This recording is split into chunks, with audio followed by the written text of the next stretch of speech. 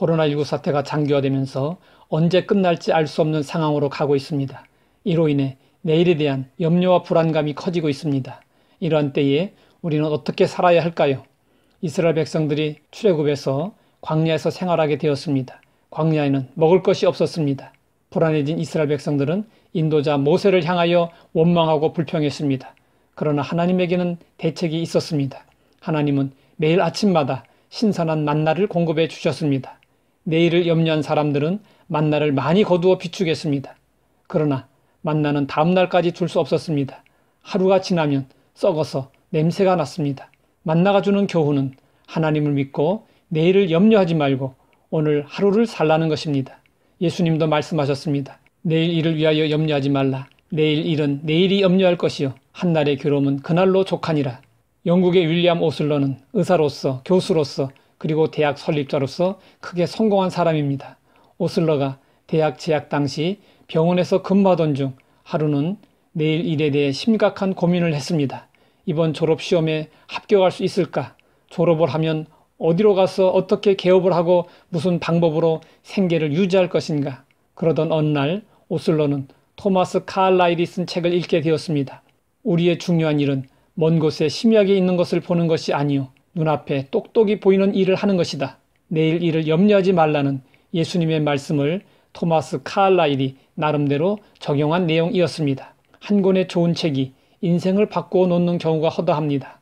오슬러는 토마스 카를라일의 책을 읽고 나서 성공의 비결을 터득하게 되었습니다. 이후부터 오슬러는 내일 일을 염려하지 않고 오늘의 일에만 전념하여 성공자가 되었습니다. 그가 예일 대학에서 자신의 성공에 대해 연설할 기회가 있었습니다. 그는 자기가 배를 타고 여행했던 경험을 되살려 이야기를 시작했습니다. 배가 출발하자 배의 모든 창문이 닫혔습니다. 목적지에 이를 때까지 문은 단 한 번도 열리지 않았습니다. 밖에서 비바람이 몰아치고 거센 폭풍이 불어오고 파도가 거세게 부딪혔지만 창문이 굳게 닫혀 있었기 때문에 안전하게 여행할 수 있었습니다. 그는 이 사실을 예로 들어 학생들에게 강조했습니다. 인생의 안전 운행을 위해서 꼭 닫힌 선실에서 살아야 합니다. 사람이 성공하려면 과거나 미래에 대한 염려의 창문을 닫아버리고 오늘의 일에만 충실하게 살아야 합니다. 내일은 우리의 시간이 아닙니다. 지금 주어진 시간만이 내 시간입니다. 내일은 자랑할 것도 아니고 염려할 것도 아닙니다. 어느 심리학자는 염려를 느린 형태의 자살이라고 했습니다. 위장장애의 80%는 염려와 두려움에서 온다고 합니다. 염려하고 걱정하면 거의 위장병이 생깁니다. 심장도 뛰고 머리도 아프고 잠도 안 옵니다. 모든 병의 근원은 염려로 인한 스트레스입니다. 지나친 염려는 생명을 단축시킵니다.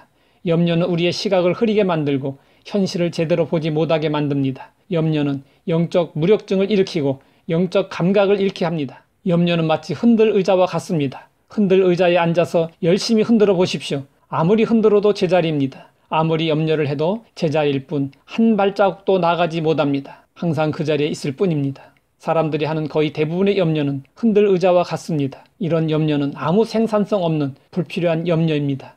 하나님은 이스라엘 백성들이 가나안 땅에 들어가 양식을 구하기까지 광야 40년 동안 매일 만나를 공급해 주셨습니다. 하나님은 오늘 우리에게도 신실하십니다. 하나님의 신실하심을 믿고 오늘 하루에 집중하며 오늘의 은혜를 누리며 살아야 합니다. 만나를 주시는 하나님이 우리에게 원하시는 삶은 오늘 하루를 잘 살라는 것입니다. 먼저 그의 나라와 그의 의를 구하면 하나님은 우리의 모든 필요를 채워주십니다. 그러므로 오늘 하루를 잘 살고 내일이 오면 또다시 하루를 잘 살면 됩니다. 내일의 필요를 위해 걱정하지 말아야 합니다. 내일이 오면 또 하나님의 신선한 공급이 있을 것이라고 확신하고 살아야 합니다.